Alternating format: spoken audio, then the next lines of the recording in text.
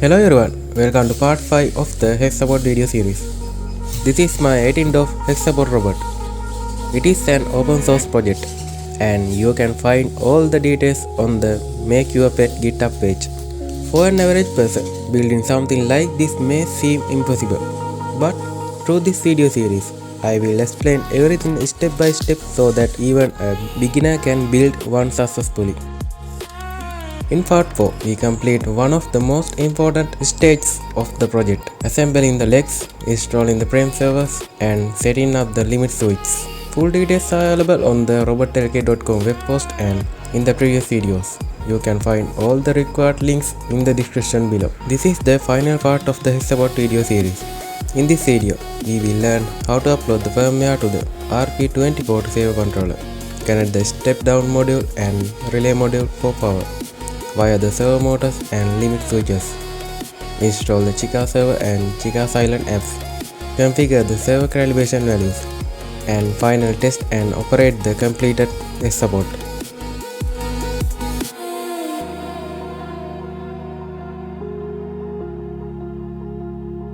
First, download the Chica server 2040 firmware file from the website.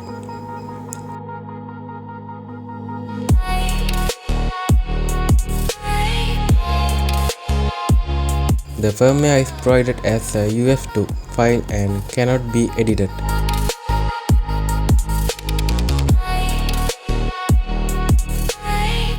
Before connecting the RP2040 Servo Controller to your computer, press and hold the boot button while plugging the USB Type-C cable.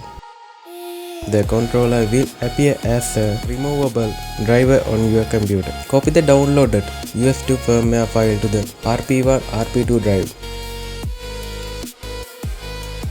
After the copy is complete, the controller will automatically reboot and start the new firmware. You can confirm this by checking the RGB LEDs on the RP2040 board begins operating.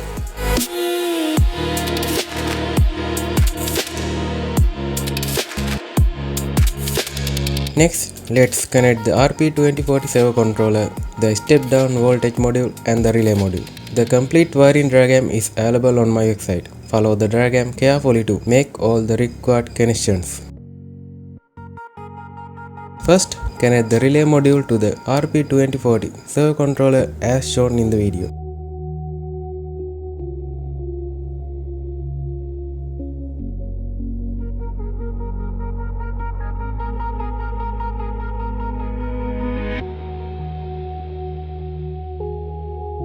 On the back of the RP2040 board, you must separate the solder branch labeled separate USB and external power. I using a paper cutter knife to carefully cut this branch. This step is mandatory before using an external power supply.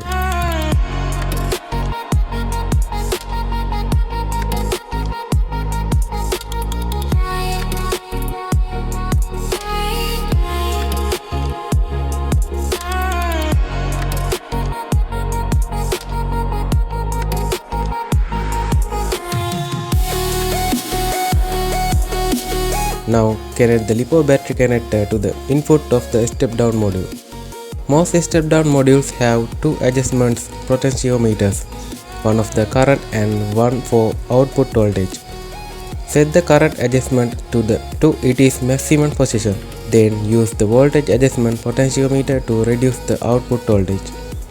Connect the battery and use a voltage meter to adjust the output voltage to between 5.5 volt and 6 volt. Next, connect the output of the step-down module to the external power connector on the RP2040 board.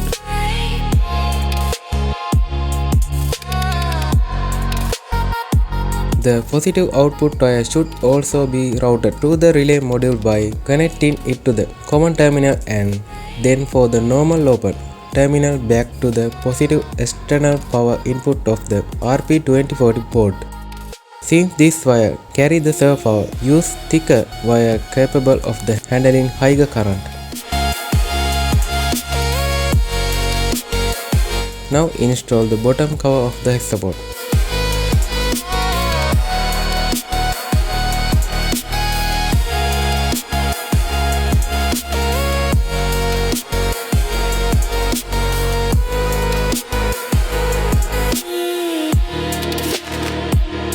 Using hot glue, mount the RP2040 board, step-down module and relay module inside the chassis exactly as shown in the video.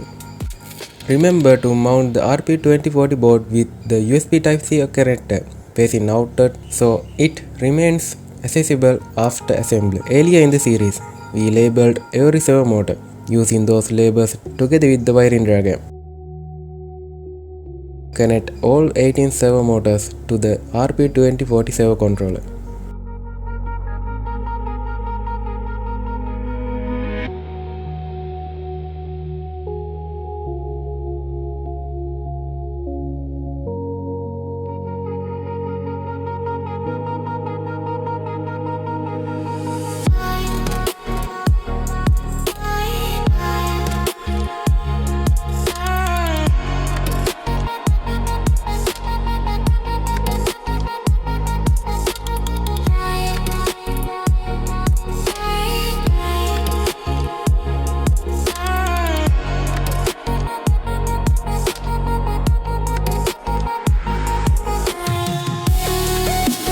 Then connect all 6 limit switches. Pay close attention to the polarity of the limit switch wiring. If the wires are connected incorrectly, the RP2040 board may fail to start properly.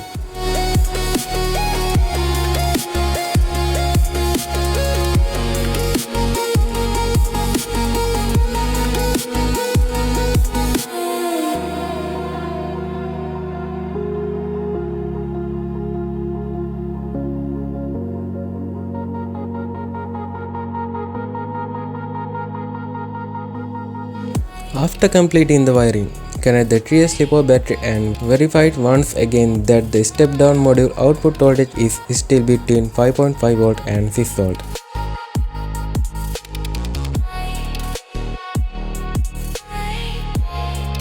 Now install the Chica server application on the Android phone that will be mounted on the Hexapod.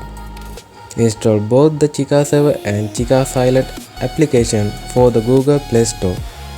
Open the Chica server app first. Go to config and update the server calibration value using the plus 45 degrees and minus 45 degrees value you recorded earlier during the calibration process.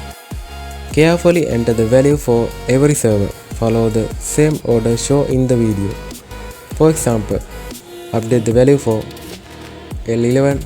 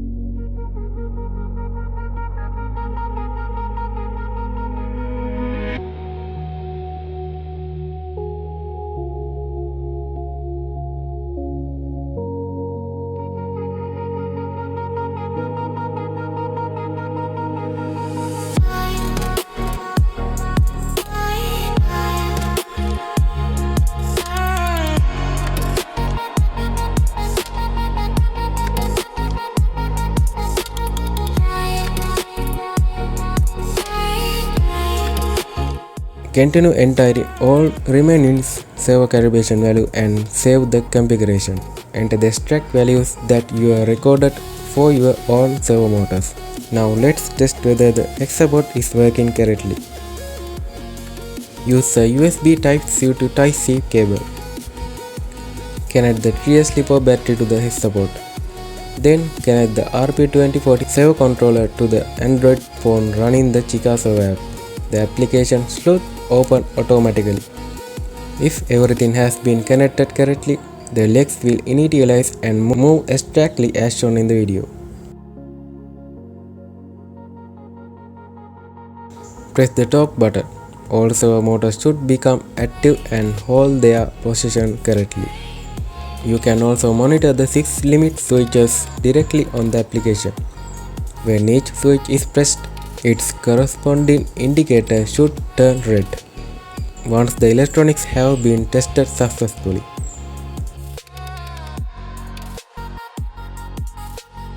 It is time to make the robot looks clean and professional. I use 6mm spiral wrap to organize all of the servo wires. Next, install the decorative 3D printed leg shields.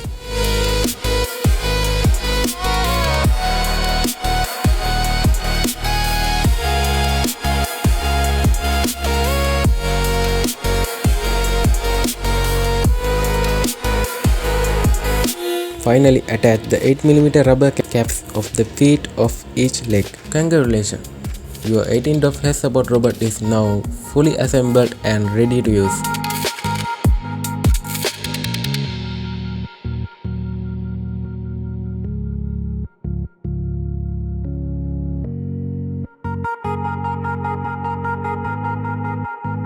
Next, connect the 3S LiPo battery to the Hexapod.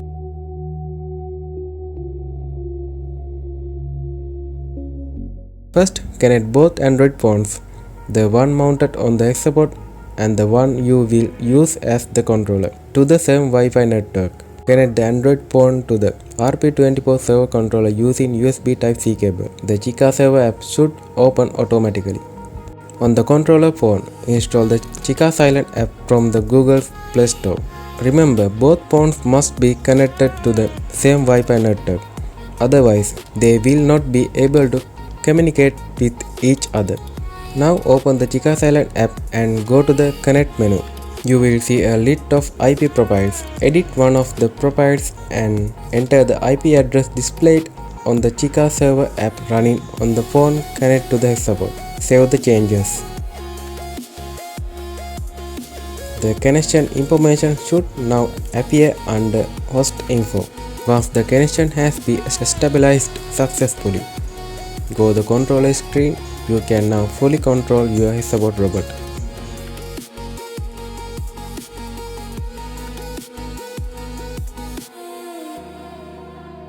I already demonstrated all the available control modes and movement features in part 1 of the video series, so be sure to watch that video if you haven't already. This has been the biggest and most time-consuming project I've ever created for my YouTube channel. I truly hope this video series has helped you understand how to build your own 18DOF Hexapod robot from start to finish. If you found this series helpful, please support the channel by liking the videos. My next project will be a drone build, so stay tuned for that. Thank you so much for watching, and I see you in the next video.